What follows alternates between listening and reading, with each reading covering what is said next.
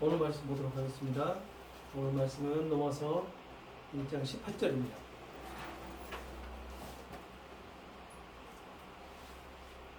넘어서 1장 18절 한 절입니다.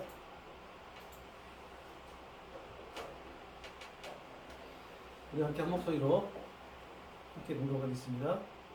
하나님의 진노가 불의로 진리를 막는 사람들의 모든 경건하지 않음과 불의에 대하여 하늘로부터 나타나니. 아멘. 자, 우리가 로마 강의 7번째 시간입니다. 우리가 지난 시간에 살펴보았던 17절에서 바울은 하나님의 의가 복음 속에 나타난다라고 말씀을 하죠. 그리고 하나님의 의가 복음에 나타나는 것은 오로지 믿음의 근거에서 일어난다 라고 말을 합니다. 즉 예수님으로부터 믿음을 선물로 받은 모든 사람들이 있는 곳, 모든 사람들에게는 바로 하나님의 의가 나타난다라는 것이죠. 예수님을 믿는 믿음이 선물로 주어진 성도들에게는 하나님의 의가 모두 나타난다라는 것을 의미하고 있는데, 이 하나님의 의를 로마서 3장 25절에는 뭐라고 말하고 있는지 한번 찾아보겠습니다. 3장 25절. 제가 안 가져왔어요. 3장 25절 제가 읽어드리겠습니다. 이 예수를 하나님이 그의 피로써 믿음으로 말미암는 화목제물로 세우셨으니 이는 하나님께서 길이 잡으시는 중에 전에 지은 죄를 간과하심으로 자기의 의로우심을 나타내려 하십니다. 자, 이 하나님의 의를 뭐라고 얘기하냐면, 하나님께서 예수님을 믿는 사람들에게 죄를 용서해 주시려고 예수님을 제물로 내어주셨는데, 하나님께서 이렇게 하신 것은 사람들이 이제까지 지은 죄를 너그럽게 보여주심으로 참고 눈 감아 주심으로 자기의 의를, 하나님의 의를 나타내시기 위함이다 라고 말씀한단 말이에요. 하나님의 의는 다시 말하면요, 구원에 이르게 하는 의를 말씀하고 있는 거예요. 예수님을 믿는 믿음이 주어진 자, 그 자들에게 하나님께서 나타내시는 의, 그 의가 바로 3장 25절에 말하고 있는 간과하신 것, 너그럽게 도와주시고 참고 눈 감아주심으로 나타내시는 의라는 그런 의미가 되는 거죠. 믿음이 선물로 주어진 자들이 받을 만한 자격이 되거나 또 그럴 만한 공로가 있어서 하나님의 의를 나타내 주신 것이 아니다라는 사실을 여러분 잘 알고 계시잖아요. 하나님이 창세전에 택한 자들에게 믿음의 조상 아브라함에게 해주신 그 언약을 성취하시기 위한 하나님의 신실하심을 나타내시는 것이 뭐예요? 바로 오늘 우리에게 나타내 주신 하나님의 의라는 말이에요. 그래서 3장 25절에 지은 죄를 너그럽게 보시고 참고 또 눈 감아 주시는 것이라고 말씀하시는 거예요. 이렇게 넘어서의 서론 부분을 복음에 대해서 말하고 또 그 복음의 능력과 그 복음에 나타난 하나님의 의를 짧게 말하고 난 다음에 18절에 오늘 본문에서 우리가 읽어본 것 같이 하나님의 진노에 대해서 말을 합니다. 저는 이 부분을 연구하면서요, 하나님께서 바울을 통해서 왜 하나님의 의를 말씀하시고 난 후에 하나님의 진노를 말씀하셨을까 라는 것을 곰곰이 묵상을 해봤습니다. 그리고 그 진노의 대상이 누구인지, 하나님의 의에 대해서는 17절에 한 구절만 말씀을 하시잖아요. 그런데 이어지는 18절부터 3장 20절까지 아주 길게 죄에 대해서 그리고 하나님의 진노에 대해서 말씀을 하고 있거든요. 왜 이렇게 짧게 하나님의 의에 대해서 말씀을 하고 그리고 길게 하나님의 진노에 대해서 말씀을 하는 것일까? 이 진노의 대상이 학자들은 이렇게 얘기해요. 1차적으로는 본문에 등장하는 이방인들이 진노의 대상이다라고 주장을 합니다. 근데 과연 그런 것일까? 결론부터 말씀드리면요. 죄에 대해서 그리고 하나님의 진노라고 하는 정죄에 대해서 말씀하시는 것 또한 바로 죄인을 구원으로 인도하시는 하나님의 의라는 것을 깨닫게 되었어요. 왜냐하면 하나님이 기뻐하시는 삶을 찾지 않는 경건하지 않음과 그리고 하나님의 의를 거부하는 불의에 대해서 하나님의 공의로운 심판이 반드시 이루어져야 되기 때문이에요. 바로 이 하나님의 공의로운 심판에 대해서 말하고 있는 것이 18절부터 3장 20절까지입니다. 다시 말하면 의인은 하나도 없다라는 그 말씀처럼 이 세상에 존재하는 모든 인류는 하나님의 진노의 대상입니다. 이들에게 임하는 것은 하나님의 공의롭고 엄격한 심판이 있는 것이 당연하다는 거예요.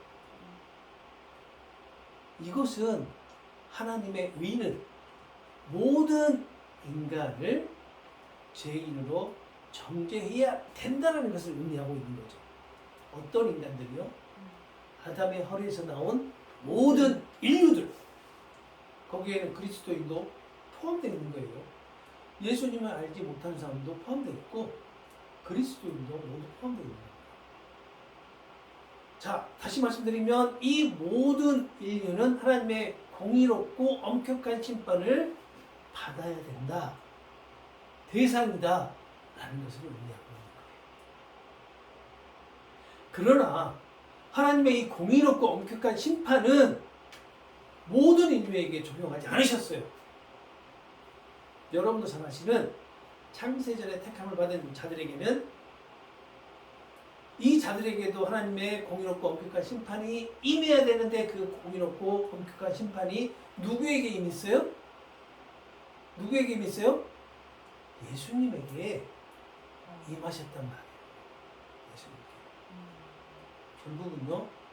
결국은 창세전에 택함 받은 자들도 하나님의 공의의 심판을 받았어요? 안 받았어요?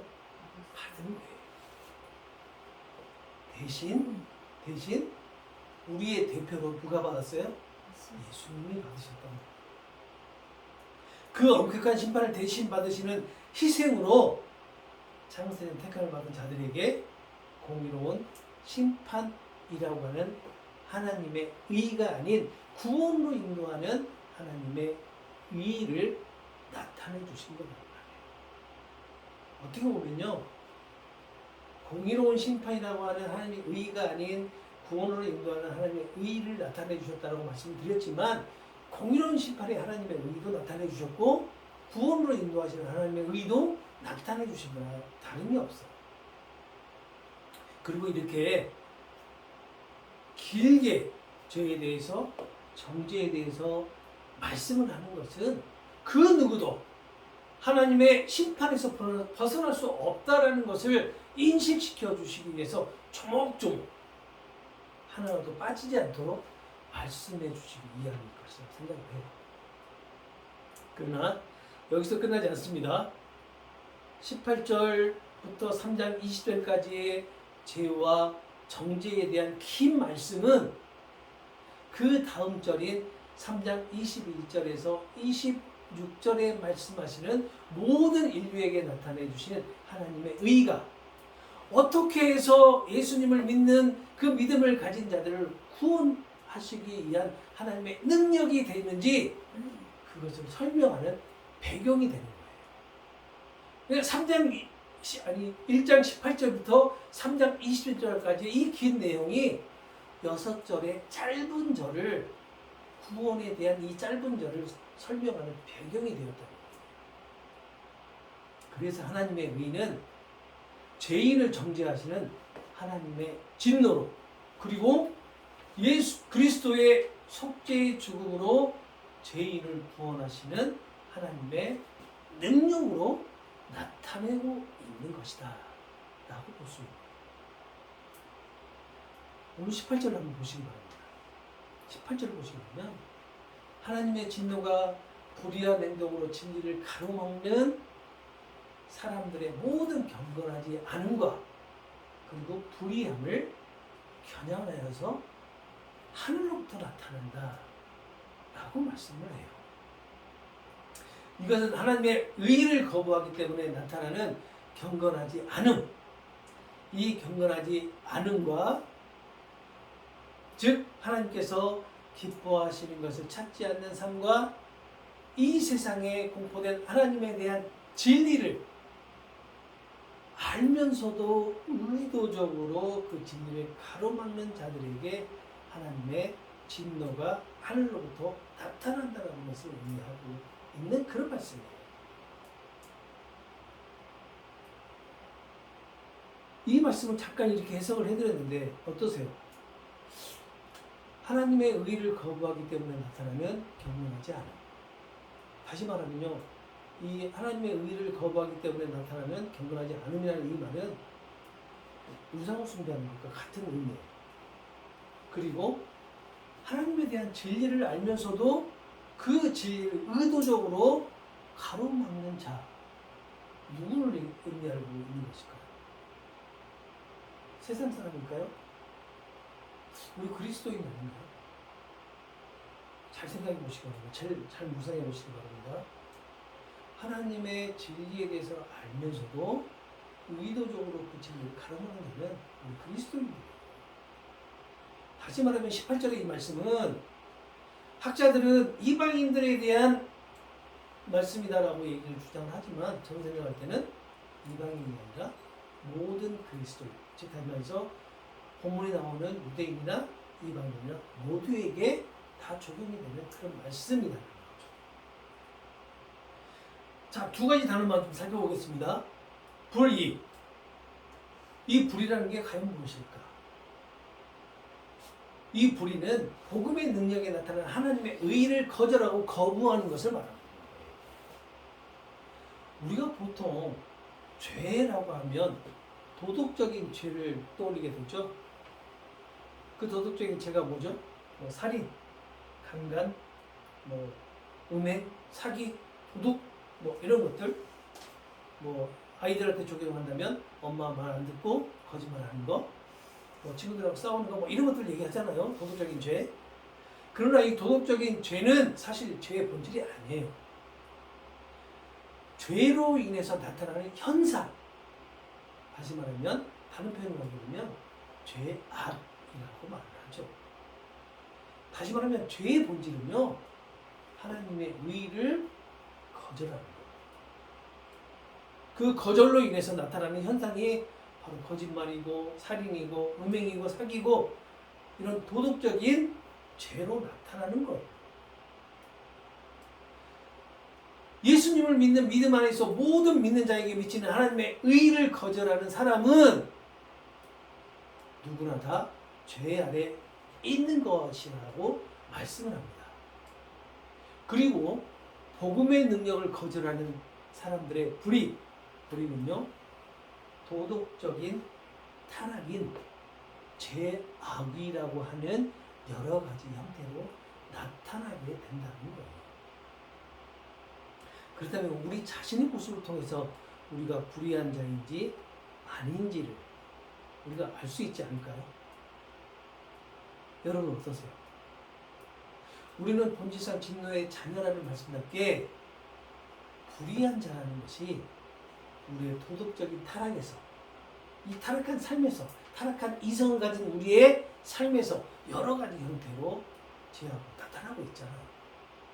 다시 말하면 우리가 불의한 자라는 거죠. 자, 또 하나의 단어입니다. 경건하지 않은. 경건하지 않은. 이 경건하지 않음이란 종교적인 타락을 의미하는 것으로 우상숭배를 뜻합니다. 바울이 서신서를 통해서 묘사한 인간이 타락하는 단계를 보면요, 경건하지 않음은 불의, 즉 하나님의 의를 거부하는 종교 증상으로 나타난다는 것을 알 수가 있어요. 경건의 의미를 갈라디아서 1장 10절을 통해서 찾아볼 수 있는데요. 경건이란 하나님이 기뻐하시는 것을 찾는 삶, 그 삶을 말합니다. 또 다른 표현으로 말하면요, 하나님의 뜻을 쫓을 수 있는 이 마음의 동기가 바로 경건이에요. 쉽게 말씀드려 볼게요.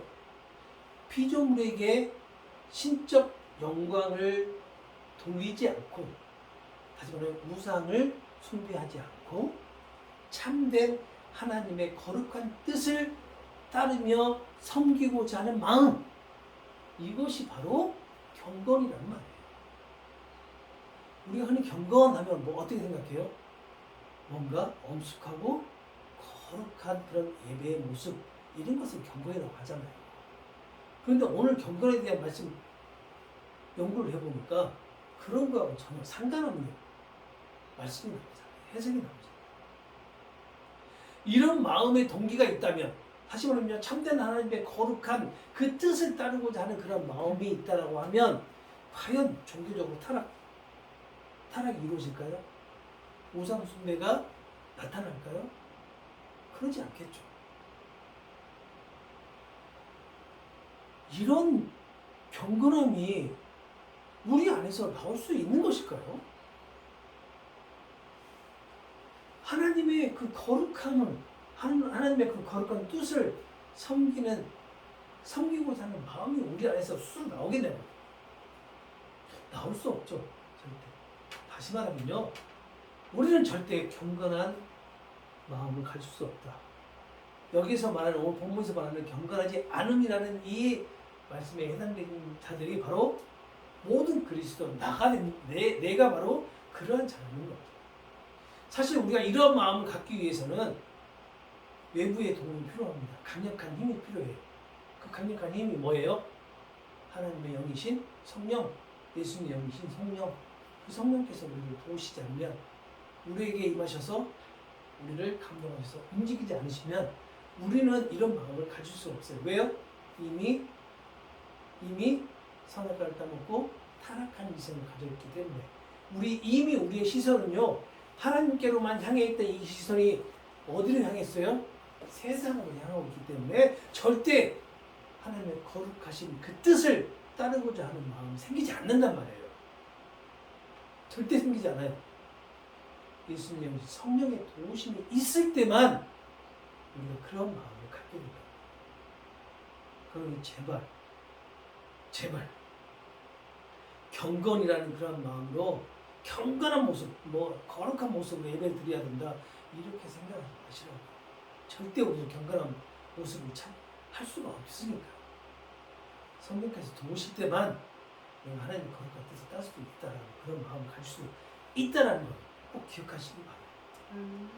결국은 하나님이 기뻐하시는 것을 찾지 않음, 즉 하나님의 뜻을 쫓을 마음의 동기가 없는 것, 이것은 하나님의 의를 거부하는 단계로 이루어지게 된다는 것을 말합니다. 그래서 예수님을 배척하는 것으로 이어져요. 예수님을 배척하는 현상이 예수님을 믿지 않는 사람들에게만 나타나는 모습이라고 생각하시면 안 됩니다. 왜냐하면 예수님을 배척했던 모습은 하나님에게 택함을 받았다는 선민사상으로 가득했던 유대인들에게서, 유대민족들에게서 더 많이 보였기 때문이에요. 다시 말하면요, 그리스도인들에게서 더 많은 배척의 모습이 나타났다는 것을 의미한단 말이에요. 곰곰이 생각해 보시기 바랍니다. 예수님에 대해서 너무나 잘 알지만 의도적으로 그 진리를 막는 것이 그리스도인들에게 더 많이 보여지는 모습이 아닌가요? 나의 유익을 위해서 진리를 왜곡하고 적용하는 것, 나에게. 이것이 곧 예수님을 배척한 거 아니겠냐고. 요즘 코로나 때문에 그런 거 많잖아요. 코로나 때문에 대면 예배를 드리지 못하니까 영상 예배를 드린다고. 물론 꼭 대면 예배를 드리는 것만이 진리다라는 것은 아니에요. 그렇지만 대면 예배가 이미 허용됐고 모든 사람들이 한 곳에 모여서 예배를 드릴 수 있게 되는데도 불구하고 아직까지도 영상 예배를 통해서 드리고 있으니 나는 떳떳하다라고 말하는 것 자체. 예수님께서 공동체를 만드신 이유가 뭐예요? 함께 모여서 예배하는 공동체를 만드셨단 말이에요. 그게 예배의 본질이잖아요. 근데 그 본질에서 벗어난 예배를 드리고 있는데도 불구하고 나는 떳떳하다. 나 예배 드려서 라고 주장하시는 분들이 있기 때문에 말씀드리는 거예요. 사실 예수님을 알지 못하는 세상 사람들이 진리라는 것에 관심이 있을까요? 관심 없어요. 정말 세상 사람들은요, 예수님에 대해서도 관심 없고요, 하나님에 대해서도 관심 없고요, 진리가 무엇, 물론 세상 진리에는 관심이 있겠죠. 그렇지만 우리가 얘기하는 예수님의 진리는 관심 없어요. 그렇다면 진짜로 진리에 관심이 있는 사람은 누구겠냐? 예수님을 잘 알고 있는 그리스도인들이잖아요.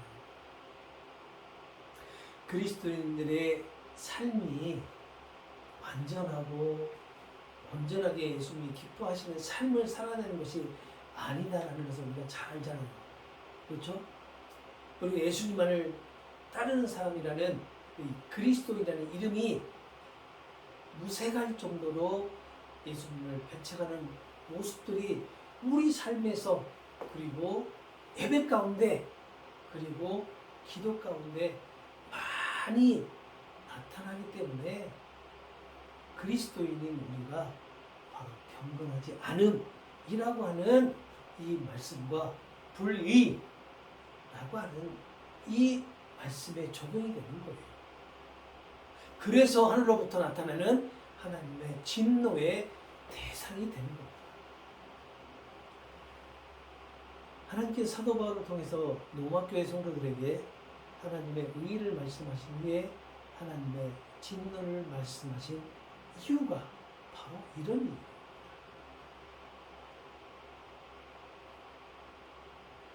구원으로 인도하시는 하나님의 의의는 반드시 하나님의 심판이라고 하는 진노가 동반되어야 하기 때문에 바로 하나님의 의의를 말씀하시는 이후에 하나님의 진노도 말씀하셨던 거예요.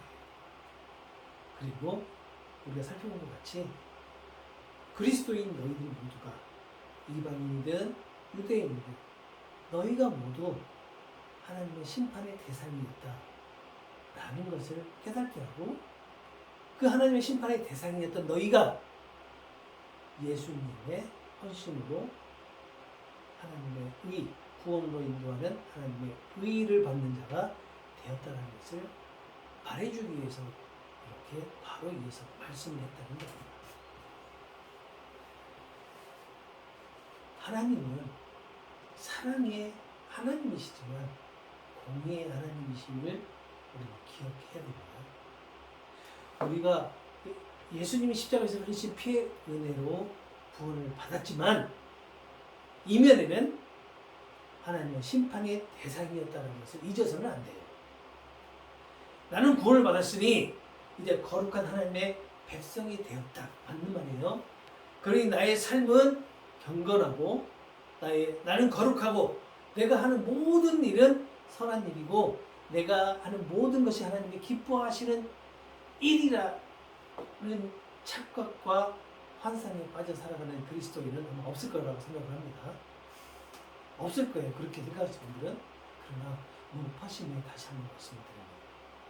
이런 착각과 환상에 빠져 신앙생활 하시는 분들, 이런 분들이 있다면 그 착각과 환상에서 빠져나오는 은혜로 인도함을 받으시기 바랍니다.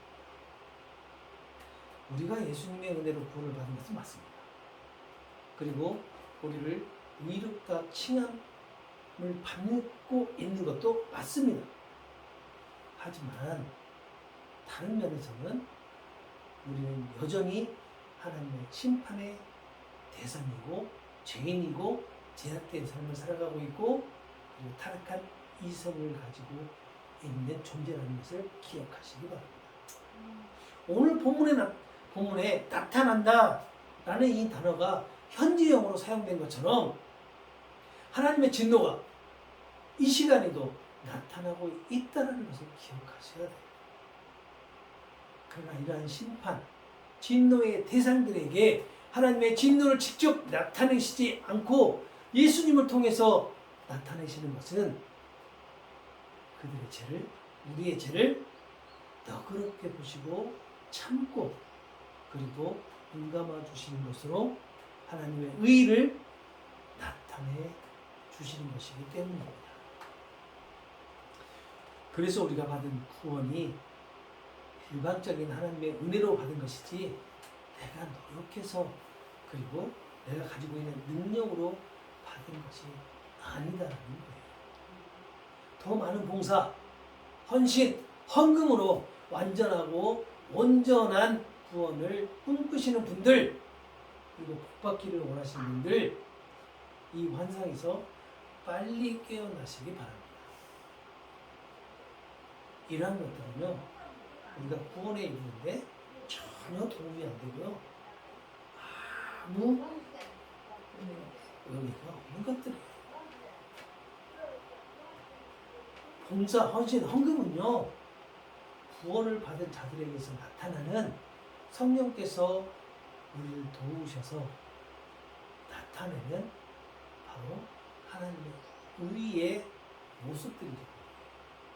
하나님께서 우리에게 의를 나타내 주셨기 때문에 자연스럽게 우리에게서 나타나는 그런 모습이 결과물이 우리가 구원을 받은 자들이기 때문에 나타나는 결과물이 바로 헌신을 하는 거고 그리고 헌금을 하는 거고 봉사를 하는 거예요. 이건 우리의 복이 아니에요. 우리가 구원을 받았기 때문에 나타나는 모습들이에요. 성령께서 우리를 인도하셔서 우리에게서 나타내시는 모습이란 거예요. 그런데 이것을 완전한 구원 그리고 온전한 구원을 이루기 위해서 사용하신다면 이거 유대인들이 온전한 구원, 완전한 구원을 위해서 할례를 행하고 율법을 지켜야 된다고 주장하는 것과 같은 거잖아요. 결국 하나님 예수님을 믿지 않는 것과 같은 거예요. 그러니 제발 이런 생각하지 마시기 바랍니다. 헌금 안 하셔도 돼요. 그냥 이 자리에 나와서 함께 예배드리는 그 자체만으로도 바로 하나님께 영광을 올려드리는 것이기 때문에 봉사 안 하셔도 된다니까요. 왜요? 제가 하면 되니까 그러잖아요.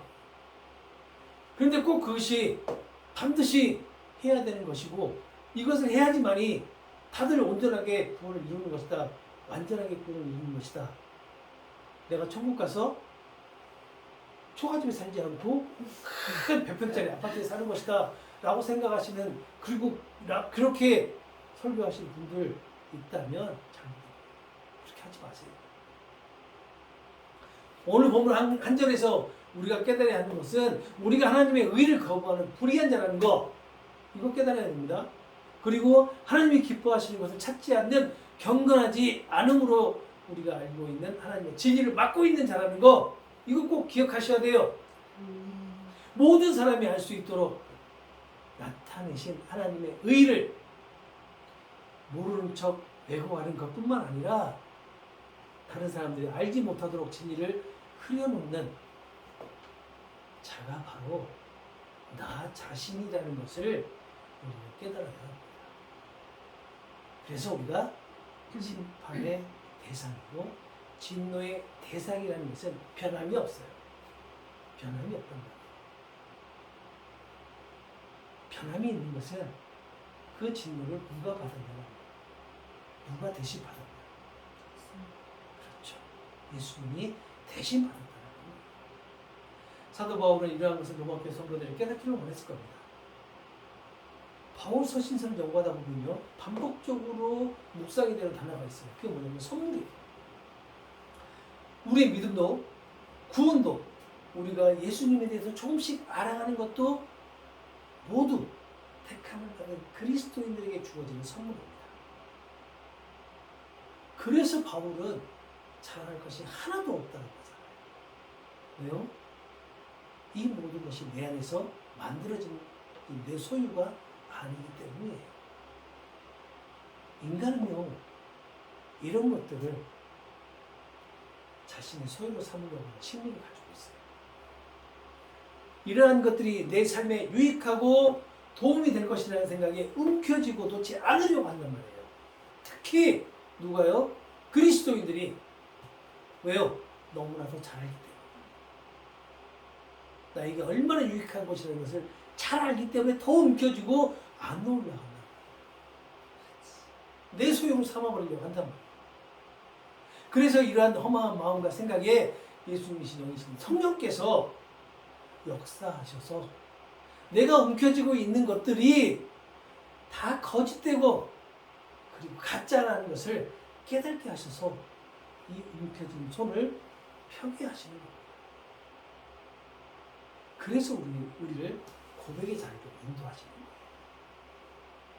어리석은 제가 이 허망하고 바람에 날려버릴 수밖에 없는 이 모래와 같은 것들을 놓지 않으려고 편짓을 다 하고 있네요. 그래서 저희는 예수님의 도우심, 성령의 도우심만이 세상의 온갖 욕망에서 벗어날 수 있도록 인도하시네요. 라고 고백을 하게 되는 거죠. 그러니 성령께서 어리석고 이 미련한 저를 불쌍히 여기시고 긍휼히 여기셔서 붙들어 주셔야지만이 예수님의 빛을 보도록 인도해 주셔야지만이 제가 예수님을 바라보게 되고 예수님을 소망하는 삶을 살아갈 수 있네요 라고 고백할 수 있는 거죠. 이러한 고백이 예수님을 만나고 성령의 역사하심으로 제2중에 계수했던 우리가 변화되는 것을 경험하게 됩니다. 사람은 변하지 않는다라고 설교를 하신 분들이 있어요. 그리고 사람은 변하지 않는다라고도 말합니다. 그러면서 이러죠. 사람 변하면 죽는다. 그런데요, 반드시 그리스도인은 변합니다. 그리고 그 변함으로 인해서 반드시 죽습니다. 이 말이 맞아요. 이 말이. 자, 그리스도인은 반드시 변합니다. 그리고 그 변함으로 인해서 반드시 죽어요. 그리고요, 그 죽음에 예수님의 생명수가 흘러넘쳐서 새 생명의 은혜를 누리게 되는 것이 그리스도인의 변화된 삶이란 말이에요. 이걸 부인하실 겁니까? 이게 아니다라고 하실 겁니까? 이렇게 변화되는 삶이 그리스도인에게 없다라고 하실 겁니까? 그러면 예수님께서 우리에게 오셔서 우리 삶을 변화시키는 건 무엇이냐고요? 뭐냐고요? 이런 놀라운 변화를 깨닫지 못하게 하는 것이 바로 진리를 막는 거예요. 진리를 막는 거라고요. 우리가 변해서 죽지 않으면요, 우리는 새 생명을 얻을 수 없어요. 예수님께서 그렇게 해주셨잖아요. 우리를 죽음으로 인도하시고 그리고 새 생명으로 인도하시잖아요. 그런데 왜 그것을 거부하시나요? 이러한 것들이 우리가 진리를 가로막으면 아니요, 우리는 변하지 않아. 이것이 진리라고 생각하실 분들이 많아요. 우리가 악한 존재이기 때문에 우리는 변하지 않는다라고 막 주장하시는 분들이 많습니다. 그런데요, 그렇지 않아요. 우리는 반드시 변해요. 그리고 죽어요. 반드시 변하고 죽습니다. 그 죽음 위에 예수님의 생명수가 반드시 부어진다는 사실 꼭 기억하시기 바랍니다. 그 생명수로 인해서 우리가 새 생명을 살아가고 있다는 사실 우리는 고백해야 돼요. 고백할 수 있어야 됩니다. 왜요? 우리가 그 은혜를 지금 누리면서 살아가고 있기 때문에. 오늘 함께 나눈 말씀처럼 우리가 구원받기 위해서 우리에게 하나님의 진노가 임해야만 했음을, 그 진노를 예수님께서 대신 감당하셨는데 이것이 바로 하나님의 의를 나타내시는 것임을 기억하시고, 허락하신 한 주간 삶도 예수님의 그 헌신으로 주어진 새 생명의 삶을 풍성하게 누리시길 주님의 이름으로 축원합니다. 아멘. 기도하겠습니다.